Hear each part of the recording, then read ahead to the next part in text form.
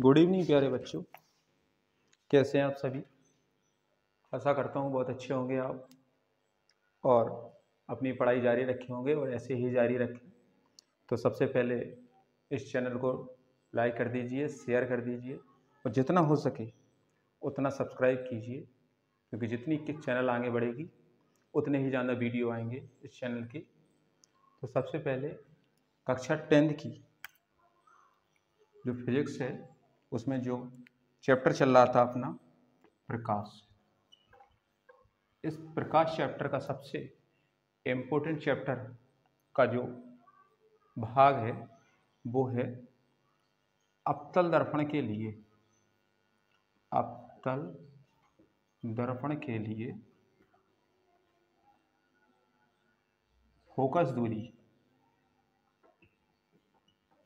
F तथा वक्रता त्रिज्या आर में संबंध जो अपन को चाहिए। अवतल दर्पण के लिए फोकस दूरी एफ और वक्रता त्रिज्या आर में संबंध। तो पहले वक्रता त्रिज्या पहले पढ़ चुके हैं अपन पहले वीडियो में कि अवतल दर्पण जिस खोखले गोले का बना होता है उसका केंद्र कहलाता है वक्रता केंद्र और उसकी त्रिज्या कहलाती है वक्रता त्रिज्या। और अवतल दर्पण के ध्रुव P से मुख्य फोकस F के बीच की दूरी कहलाती है फोकस दूरी। तो अब इसको आगे बढ़ाते हैं और सॉल्विंग के लिए जाते हैं। तो हमने माना एक अवतल दर्पण है। अवतल दर्पण क्या होता है? वह दर्पण जिसमें परावर्तन दबे हुए तल पर होता है और बाहर की ओर क्या हो? पॉलिश। तो हमने नाम दे दिया एक अवतल दर्पण है XY, जिसका ध्रुव माना हमने P, मुख्य फोकस F और वक्रता केंद्र माना हमने C। एक अवतल दर्पण है XY जिसका ध्रुव है P, मुख्य फोकस F और वक्रता केंद्र का है C। अब एक आपतित किरण GI आपतित किरण नाम दे दिया AB, इसका नाम है आपतित किरण। वह किरण जो बाईं ओर से किसी पृष्ठ पर गिरती है तो उस किरण को कहते हैं अपन आपतित किरण। अब ये किरण आई, परावर्तक पृष्ठ पे गिरी और परावर्तन के बाद किससे निकल गई? मुख्य फोकस F से बाहर निकल गई।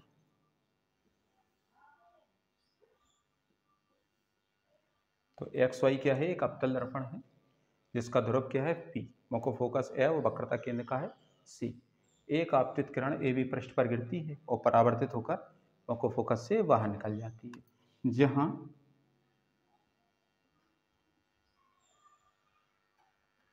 जो CVN है ये है अपना अवलंब। CVN अवलंब है। एक XY अवतल दर्पण जिसका ध्रुव P, मुख्य फोकस F और वक्रता केंद्र क्या है? C है। और एक आपतित किरण AB पृष्ठ पर गिरती है और परावर्तित होकर मुख्य फोकस से बाहर निकल जाती है। तो मतलब जी क्या हो गई? जी हो गई अपनी परावर्तित किरण। और जहाँ पे CVN क्या है? अवलंब। अब अपन को पता है कि जो आपतित किरण है और जी अवलंब है तो इनके बीच एक कोण बनता है जिसे कहते हैं अपन आपतन कोण I। परावर्तित किरण और अवलंब के बीच एक कोण बनता है जिसे कहते हैं अपन परावर्तन कोण R। अब अपन को दिख रहा है एक ABC और BCF क्या बनी है जी? एकांतर कोण। तो जे भी क्या हो गई? I। तो डायग्राम हो गया अपना। अब अपन इसको सॉल्व करेंगे। फिर से एक बार भाषा देख लीजिए कि XY क्या है? एक अवतल दर्पण है जिसका ध्रुव P है, मुख्य फोकस F है और वक्रता केंद्र C है। और एक आपतित किरण AB पृष्ठ AB पर गिरती है और परावर्तित होकर मुख्य फोकस F से बाहर निकल जाती है, जहाँ CVN क्या है? अवलंब है। तो ये किरण हो गई परावर्तित किरण। ये आपतित किरण है, ये अवलंब है, तो कौन कोण बना? आपतन कोण I। ये परावर्तित किरण है, ये अवलंब है, तो कौन सा कोण बना? परावर्तन कोण R। और ये ABC और BCF क्या है? एकांतर कोण है, तो ये भी क्या हो गया? I। अब अपन इसको सॉल्व करते हैं। तो सबसे पहले लगाते हैं इसमें परावर्तन का नियम, परावर्तन के नियम से। तो अपन को पता है जो परावर्तन का नियम होता है वो है कोण I किसके बराबर होता है? कोण R के। कोण I बराबर क्या लिख दिया? कोण R। अब अपन को पता है कोण ए बी सी और कोण बी सी एफ कैसे हैं जी, एकांतर कोण है, एकांतर कोण है। और समद्विबाहु त्रिभुज बी सी एफ में, देखो बी सी एफ में दो भुजाएं कैसी हैं, बराबर। मतलब जो बी एफ है वो किसके बराबर है, बी एफ किसके बराबर है, सी एफ के। ए बी सी और बी सी एफ कैसे हैं, एकांतर कोण है। और समद्विबाहु त्रिभुज बी सी एफ में, बी सी एफ है, दो भुजाएं कैसी हैं, बराबर। बी एफ और किसके बराबर है, सी एफ के। अब चित्र में देखो बिंदु बी है वो किस पे स्थित है, पृष्ठ पर स्थित है, तो उसको किसके बराबर मान लेंगे अपन, पी के। यहाँ पे लाइन लिख देंगे, क्योंकि बिंदु बी ध्रुव पी के समीप है, पी के समीप है, तो अपन लिख देंगे बी बराबर पी। तो क्या हो जाएगा जी, पी एफ बराबर हो जाएगा सी एफ।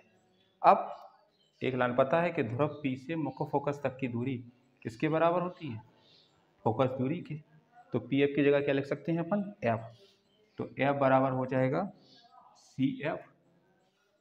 अब जो सी एफ है वो पी सी का कैसा है, आधा है। जी पूरा है पी सी और ये क्या है, आधा।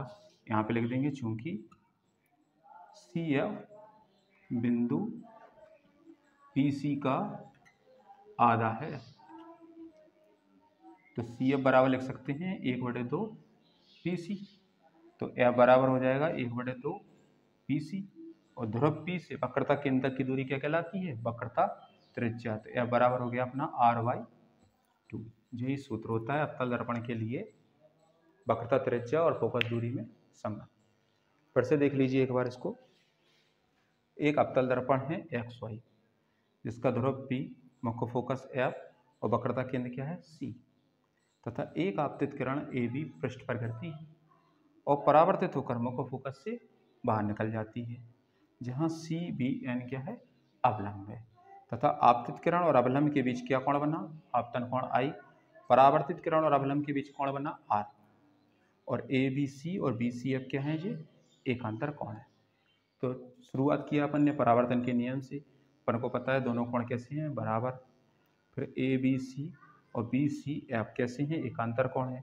अब समद्विबाहु बनाओ, BCF में दो भुजाएं कैसी हो जाएंगी, CF और BF कैसी हैं, बराबर है।